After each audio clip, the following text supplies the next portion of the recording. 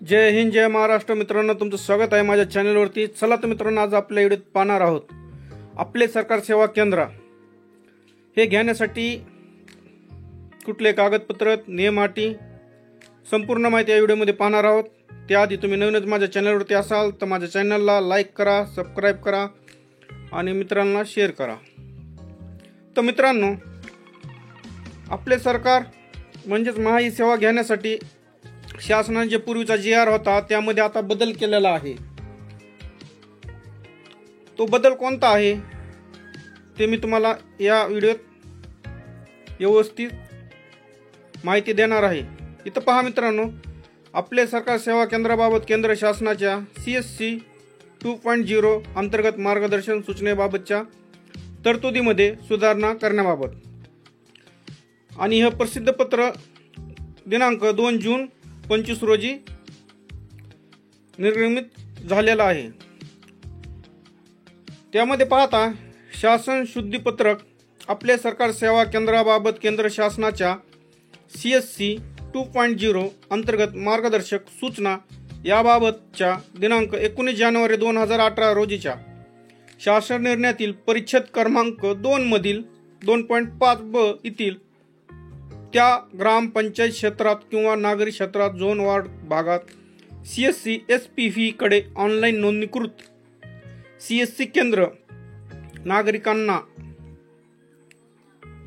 B2C सेवा प्रदान करत असलेली आपले सरकार सेवा केंद्र दर्जा प्राप्त करण्यासाठी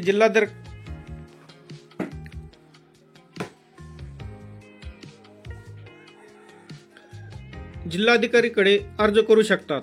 वर नमूद भौगोलिक क्षेत्रात कार्यरत इतर केंद्रही अर्ज करण्यास पात्र राहतील. त्या भौगोलिक क्षेत्रात राहणारा कोणताही व्यक्ती ज्याचे केंद्र सुरू नसेल परंतु जो CSC SPV चे केंद्र मिळवण्यासाठी विहित केलेल्या अटी व शर्ती पूर्ण करत असेल असा व्यक्ती आपले सरकार सेवा केंद्र घेण्यासाठी अर्ज करण्यास पात्र राहील.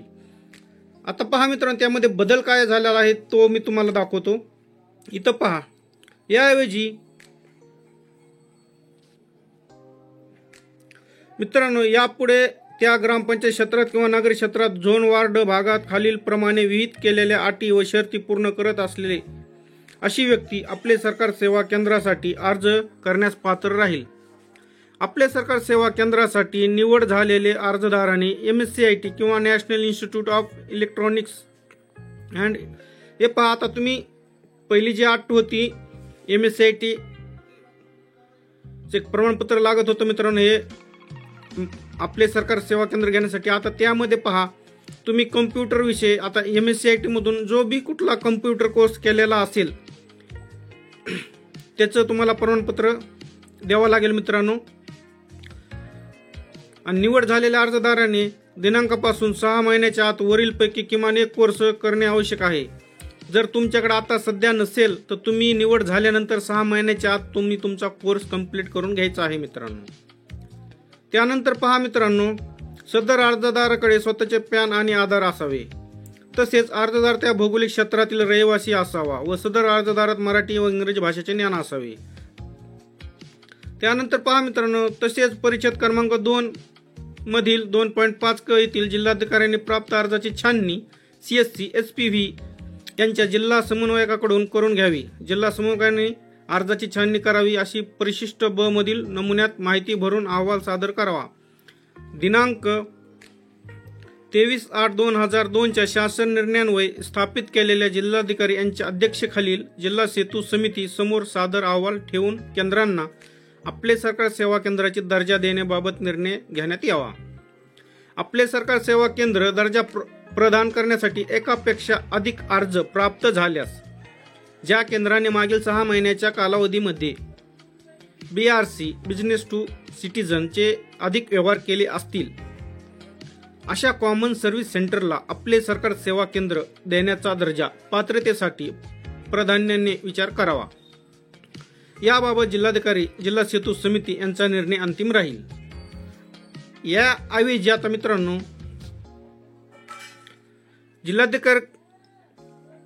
जिल्हाधिकारी कार्यालयात कार्यरत सेतू प्रभारी अधिकारी व जिल्हा प्रकल्प व्यवस्थापक हे संयुक्तरित्या अर्जाची छाननी पार पाडतील. तसेच दिनांक 23/8/2002च्या शासन निर्णयान्वये स्थापित केलेले जिल्हाधिकारी यांच्या अध्यक्षतेखालील जिल्हा सेतू समिती समोर सादर प्रस्ताव ठेवून आपले सरकार सेवा केंद्र देण्याबाबतचा निर्णय घेण्यात येईल. आपले सरकार सेवा केंद्र प्रदान करण्यासाठी त्या भौगोलिक क्षेत्रात एकापेक्षा जास्त अर्ज प्राप्त झाल्यास खालीलप्रमाणे प्रक्रिया राबवून गुणांकन करण्यात येईल. आता पहा, जर तुमच्या जिथं तुम्हाला आपले सरकार सेवा म्हणजेच माई सेवा केंद्र घ्यायचे असेल पण त्या भागामधून जर जास्ती अर्ज आले असतील तर त्याची निवड आता खालील प्रक्रियेनुसार करण्यात येईल. मित्रांनो पहा मित्रांनो, आता समितीद्वारे खालीलप्रमाणे गुणकांची व मुलाखतीची प्रक्रिया पार पाडण्यात येईल. तसेच सदर समितीचा निर्णय अंतिम असेल. सदर निवड प्रक्रियेमध्ये 100 गुण निर्धारित करण्यात येतील. तर गुणांची विभागणी खालीलप्रमाणे असेल. आता 100 गुणाची विभागणी तुम्हाला दिली, ती कशी असेल त्याचं पण तुम्हाला सविस्तर माहिती दिलेली आहे. कोणत्याही शाखेचा पदवीधर असल्यास, आता ज्याची पदवी झालेली आहे अशाला 30 गुण मिळतील. कोणत्याही शाखेचा पदवी उत्तर असल्यास 25 गुण मिळतील. CSC केंद्र असेल तर 25 गुण मिळतील. समितीकडील मुलाखतीचे गुण 20 राहतील. मुलाखती गुणांची विभागणी खालीलप्रमाणे राहील. तांत्रिक ज्ञान असल्यास 6 गुण. लोकसेवा हक्क अधिनियम 2015चे ज्ञान असल्यास 4 गुण. सामान्य ज्ञान, व्यक्तिमत्व, सामाजिक क्षेत्रात राबविले जाणारे उपक्रम अथवा सामाजिक क्षेत्रात केलेल्या कार्याचा अनुभव असल्यास 10 गुण. तर पहा मित्रांनो, अशा सोपी पद्धतीने तुम्हाला महा ऑनलाईन आता नवीन केंद्र घेण्यात सोपी पद्धतीने तुम्हाला मिळू शकते.